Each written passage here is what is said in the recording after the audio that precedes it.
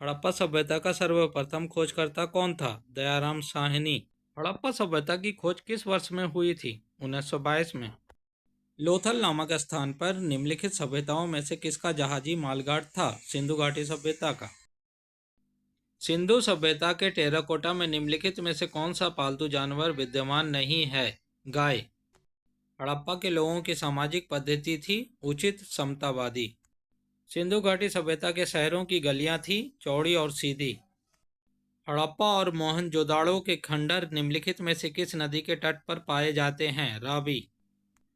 हड़प्पावासी किस वस्तु के उत्पादन में सर्वप्रथम थे? कपास के। सिंधु घाटी की खुदाई में मिले अवशेषों में तत्कालीन व्यापारिक और आर्थिक विकास के घोतक निम्नलिखित में से कौन थे? मुद्राएं। सिंधु घाटी की सभ्यता के लोगों का मुख्य व्यवसाय क्या था? कृषि। सिंधु घाटी सभ्यता की लिपि कौन सी थी? अज्ञात। मोहनजोदाड़ो में सबसे बड़ा भवन कौन सा था? अनंगार। पुरालेख विद्या का संबंध किससे है? शिलालेखों का अध्ययन। पैमानों की खोज से यह सिद्ध कर दिया कि सिंधु घाटी के लोग माप और तौल से परिचित थे। यह खोज कहाँ हुई थी? लोथल में।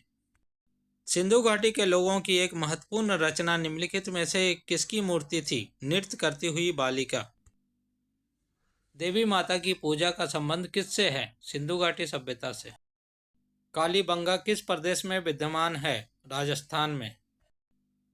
वैदिक गणित का सर्वाधिक महत्वपूर्ण ग्रंथ है शल्वशुल्क। वैदिक आर्यों का प्रमुख भोजन था दूध और उसके उत्पाद। निम्नलिखित में से कौन सा अन्न मनुष्य द्वारा सबसे पहले प्रयोग में होने वाला था? जौ। वैदिक लोगों द्वारा किस धातु का प्रयोग सबसे पहले किया गया? तांबा। इनमें से किस फसल का ज्ञान वैदिक काल के लोगों को नहीं था? तंबाकू का। प्रारंभिक आर्यों के बारे में निम्नलिखित कथनों में से कौन सा सही है? वे संस्कृत बोलने वाले थे, वे घुड़सवारी किया करते थे, वे कई झुंडों में भारतवर्ष में पहुंचे थे। आरंभिक वैदिक काल में वर्ण व्यवस्था आधारित थी व्यवसाय पर। सिद्ध गायत्री मंत्र कहाँ से लिया गया है? ऋग्वेद से। भारतीय प्रतीक सत्यमेव जयते कहाँ से लिया गया है? मुंडकोपनिषद से। उत्तर वैदिक काल के वेद विरोधी और ब्राह्मण विरोधी धार्मिक अध्यापकों को किस नाम से जाना जाता था? शर्मन। वैदिक युग में राजा अपनी जनता से जो कर वसूल करते थे उसे क्या कहते थे? बलि। भारतीय संगीत का उद्गम किसमें खोजा जा सकता है? सामवेद की सहायता में। गौतम बुद्ध का जन्म स्थान है लुम्बिनी। भगवान बुद्ध ने प्राण कहाँ त्यागे? कुशीनगर में। किस भाषा का प्रयोग बौद्धवाद के प्रचार के लिए किया गया है? पाली। बौद्ध धर्म निम्नलिखित में से किन मतों पर विश्वास करता है? दुनिया दुखों से भरी हुई है, लोगों को दुख उनकी इच्छाओं के कारण होता है, यदि इच्छाओं पर काबू पा लिया जाए तो निर्वाण मिल जाएगा। पांचवी बौद्ध परिषद का आयोजन किसने किया था? हर्ष ने। बुद्ध का अर्थ क्या होता है? ज्ञान प्राप्त करना। निम्नलिखित में से बौद्ध साहित्य की पहचान कीजिए। त्रिपिटक। बौद्ध धर्म ने समाज के दो वर्गों को अपने साथ जोड़कर एक महत्वपूर्ण प्रभाव छोड़ा।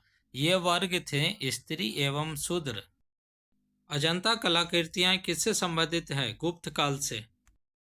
बौद्धों के विश्वास अनुसार गौतम बुद्ध का अगला अवतार किसे माना जाता है? मैत्रेय को। बौद्ध धर्म ग्रंथों की रचना किसमें की गई है? पाली पाठ में। चित्रकला की गांधार शैली का सूत्रपात किसके द्वारा किया गया है? महायान संप्रदाय द्वारा। निम्नलिखित में से किसके शासनकाल के दौरान प्रसिद्ध अजंता गुफाओं का काम सबसे पहले शुरू हुआ?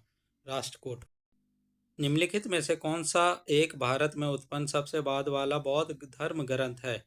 वाम सात पाकसीनी। बुल का संबंध बुद्ध के जीवन की किस घटना के साथ है? जन्म के साथ है।